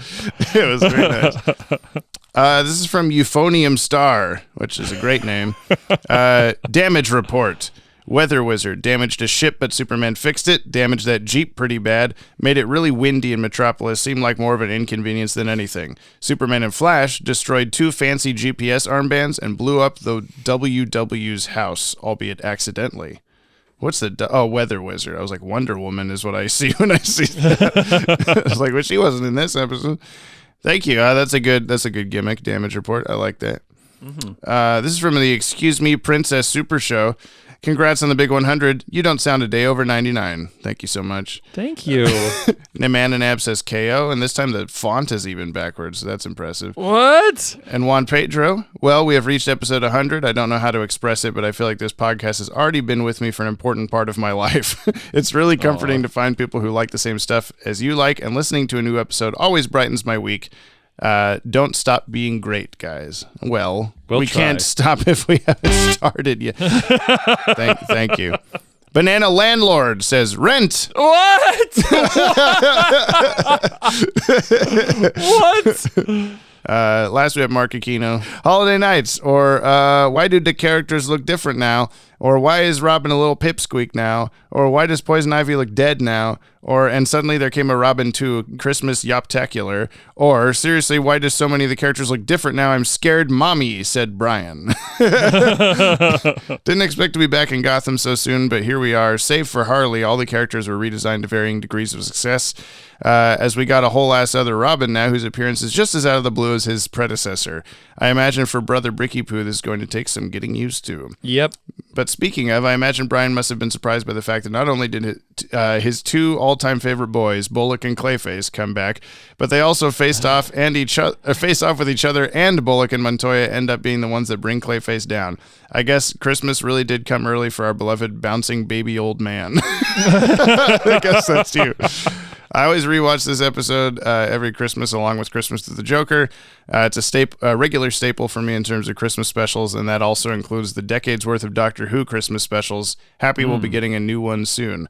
By the way, Christmas with the Joker must feel like a whole ass decade ago for everyone who's been on this journey with her co-hosts, and I do think this is the better of the two.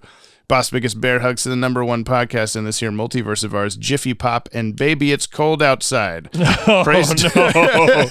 Don't you saddle me with that. Don't you become a Christmas song. Praise to our Lord and Savior Dylan Pollack. Keep up the great work on your own podcast. Remember to tell Gab that she rules. Likewise to all his loyal disciples, all the names, and of course all the awesome sauce listeners of this Yoppie community of ours. You're all the absolute best. Don't you ever forget that. We'll be commuting from Gotham to Metropolis a lot more often now, which sounds all kinds of exhausting when you really think about it. I had originally written a comment thinking that this week was another Superman episode, but silly me, that's not how James works. Oh well, I'll just repurpose that for next week, hopefully. Till next week, smoke bomb. That will be blown away by a big old whoosh because I just flew away. Jesus. Yeah, I had to combine them now. Good shit. Shit. The end. Wait a minute. Did we not have a Dylan? We didn't. How has he not sent it in? Well, we'll just sit here recording until it shows up. Yeah, okay, that sounds great. Maybe he did it because didn't do it. He's on it. But then we'll come back from the mail and it'll say, well, you asked me, what did you think of Dylan's message? And I said, yeah. I hated it. But I can't hate it if it didn't exist. Are you going to text him and see? Yeah. Hey, you sending a voice message or no? Oh, he's seen just now. He's typing. Oh my God. Type faster, Dylan. Jesus. Are you 13?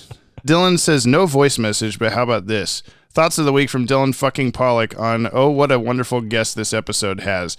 You've heard enough my thoughts, but here's the question of the week. Can you say toy boat 4 times fast? Toy boat, nope. I already fucked it up. Any particular tongue twisters that destroy you like Clayface's twirling head or Superman's dreidel powers? I guess that one. What's the red leather, yellow leather? Saying that one over and over. That's a hard one. God, there's some good ones out there, but I can't think of them right now, like on the spot. I know there's a crazy one in Spanish that I also can't say. Rojo, I don't know what leather is in Spanish.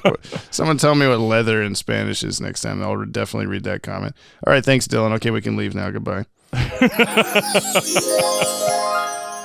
Dylan, we're back. What did you think about Dylan's message on that one? I hated it. Did you? Dylan, we were on your coffee today. We did push-ups for you. I didn't even get to see them. No, and you won't. Boo. You'll hear them later. Be real. I won't tell anyone. Imagine there's no audience right now. You're not actually doing push-ups, right? Oh, yeah. No, we are. Legitimately. Sure. No, we are. We go Guys, you can over stop there. winking. I get the point. Okay? That means I have to keep this in. No, we do them. I promise. They do look very swole now, listeners. So I'm telling you, they're probably actually doing these push-ups. My arms are huge. Well, I think that's the episode. I think we talked about all this stuff. It feels weird to not do the balderarchy now to me, though. I know. Yeah. We didn't do how strong is Superman 1 through 10 either, but I like Batman's usefulness. Yeah, that's classic. Yeah, we're going back to formula. Superman's still pretty strong, though. Yeah. Presumably he's Especially in Metropolis, still strong. Doing strong things. Yeah. He just swoops up and catches the bill. This looked like it was headed right for the Joker and would have killed him. Did you want to think that through a little bit? Is he like the little paperclip that pops up in old windows? Yeah, it looks like you're trying to drop a bell on the Joker. Would you like some help with that? It looks like there's about to be a mass casualty event vent. Do you need some help? It's like, no, I'm going to spray champagne on the controls. I got it. It's fine. Yeah, that was a weird choice. He didn't even know that would work. He was like, I'm going to go out partying. Yeah. And you gave him a what? A 7 something on his list for this? I gave him an 8. No, yeah, I gave him an a 7. 8. Yeah. He wasn't even in Act 2. He stopped Oh, yeah, he was. Okay. Maybe it was a little presumptuous of me, but I don't know. He trained Batgirl, presumably. He still helped. He helped. Oh. She wouldn't have existed if not for him, so that was useful of him. Oh, that's a stretch. Did you recognize that was Barbara Gordon before she put the Batgirl costume on? I knew that she looked familiar, and I'm like, this character's peppiness seems she said, familiar. like, but Dad would love this tie. This must be a I character think with that, a dad. Yeah. Honestly, like if you stopped it and you're like, Brian, who's that? I probably wouldn't have put it together. Okay. At that point. But Well, then I was now like, you know. oh yeah. When she popped as Batgirl, I was like, oh yeah, obviously it's Batgirl. When she popped as Batgirl. Pop. We should probably start with her in costume, because it is weird to be like, here's an introduction to a character out of Yeah. costume playing the pronoun game. Like, Yeah, and with all of them, really. All of the characters were doing that, yeah. Well, Brian, next episode also aired on the same day right after this. We got 3 episodes in a row on the same day. Man. It's called Livewire. First of all, what show do you think it is? And then... Fuck. Okay, well, we did Superman was first, and then Batman. I'm going to say Superman again? Correct. Hey! I'm just going to give you a 50-50 on that every time. Yeah. What do you think Livewire is about? Well, it's either going to be electricity themed, or it's going to be like live as in like audio gear, but I'm going to lean towards power. What would you say if I told you it's both? Superman's a DJ, and then he electrocutes Clayface. And Clayface fucking dies. No! I'm not having Clayface it. just starts showing up in every episode of every show. Have we seen the antagonist before? No. Fuck! Okay, Superman fights Livewire. Oh, wow, yes. You got it. Do we tell him? Yes, that's 100% correct, yeah. It's just like giving you scores on these. Softballing it in. Are we talking New England test score? Dylan. We're just at your high school, where did a failing grade start? Under 65. Oh, that's a new Closer. one. Yeah. Closer. Wait, why? Is this different in different places? West Coast people? Yeah. Softballing it in. What's your failing score? Is it like a 50? At my school it was locked into increments of 10. So What a bunch of morons. 50 to I 59 know. is an F. Yeah. Although in my school, 69 was failing, so you had to get a 70. Is that just the principal being like, 69? That joke was also made over breakfast. No. So a lot of schools in that area had a similar thing. And my theory was that like New England schools are graded harder because there's more like Ivy League schools in the area, and they're all kind of clumped, the old guard is all clumped into I blame one Goodwill area. Hunting. Yeah. The old guard. You're like, you gotta be fucking smarter. You gotta be so fucking smart. Brian, it's not your fault. It's not your fault that you got a 69. Nice. Yeah, and Robin Williams, nice. You got a 69. But 65. Okay, yeah. See, I think it, like as you go further west, maybe your grades get lower and lower. Alaskans are like failing is like below 30. Is this true? Because I'm going to move to Alaska. Well, I don't know. Dylan, I'm thank just you for assuming. joining us. Thank you for joining us for the holiday/toy tradition of having Dylan Pollack on that we definitely remembered that we needed to do. And you didn't message me like yesterday being like, hey, am I supposed to be on that? And I'm like, oh, fuck, I guess so. Yeah, none of that happened. Why would you say that? Nope. I don't know. Just like no Oddly specific. technical difficulties before we started recording. Exactly. No None of that happened. rhinos. Why would you say that? No, I don't know. Are there more Dylans coming up soon? No. I'll let him know if there are. Yeah, you got. Yeah. It's September, so we got like a excuse few me. months. There's a toy in this episode. There's a present. You could conceivably say that. Oh yeah, a new character in Livewire is a present to the audience. Every episode is a gift to the general Yes, public. exactly. I'm still slowly integrating my way in. I was like, Jordan thinks he's going to be a guest. I don't think so. No fucking way. Yeah. I gotta keep up my tally. All right. Thanks, Dylan. We Dylan, love having you here. Thanks for being here, buddy. Do you want to plug your stuff? Oh yeah, tell us things. Oh yeah. Well, I mean, You guys plug it pretty well every week for me. We I very do. much appreciate it. If you haven't heard yet, I do the Movies to Watch Before You Die podcast that you can find on YouTube and all the podcast places. And somebody recently commented that they were like, now you have to have Brian and James on together. And I'm like, I guess. Okay. Oh, I'd do that. That's up to the two of them. What do we watch? Oh, it's up to the two of you. Blues Brothers. Have you Never seen done it? Blues Brothers? You've never seen Blues Brothers? Okay, that's what we're doing. I've also never seen, we were just talking about Good Will Hunting. Oh my god. I haven't either. What, are you serious? Yeah. What the fuck? I know that. How do you I know like that them apples? It's not your fault. Like, there's a lot of those quoting famous it, yeah. clips from it, but like, Yeah, I haven't okay. seen it. It's a zeitgeist in My wife used to fart in her sleep. Like, I know a bunch of random things from the movie. Why would you say this about Giselle? She does not. Hard preface, disclaimer, Dylan fucking Pollack didn't say that about her. I'm going to put that feet, Dylan fucking Pollack. Dylan, Demonetization, here we come. Dylan Boob Pollack. That's how I got to introduce myself on the next Movies Watch Before You Die. And Gab's going to be like, why? I'm going to be like, don't worry. Oh, you got to listen to that podcast you'll never listen to. I mean, I told her that she was offered $50 and she was very upset that she didn't listen. Oh, man. I gave her 500. Called it. Yeah. All right, that's it. Goodbye. Thanks for listening. Thanks for being here, we'll Dylan. see you next week for Livewire. Thank you, listener. You're welcome. Say something funny to end this podcast, Dylan. Something funny. Oh. Try again. It just slumped away. And we never saw him again. How's that arm? Better than the Joker's. Close one this time. They're all close ones. Well, here's to survival.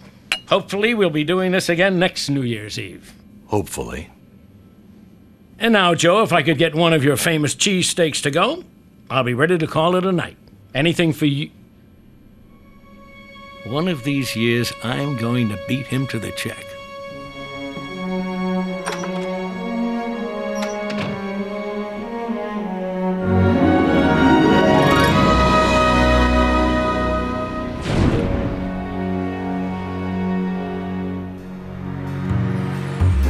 Jump on the Bat-Wagon is hosted by the Watchtower database. Subscribe to our YouTube channel for DC Animated Universe videos on a regular basis.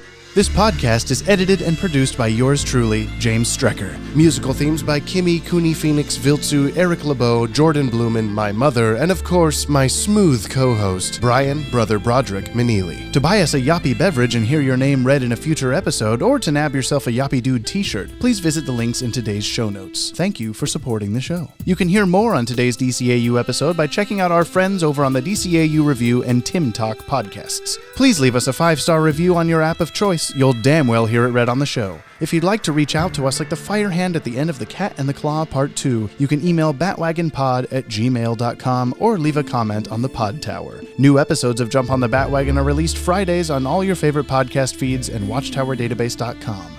And we'll see you next episode, same PP time, same poo-poo channel.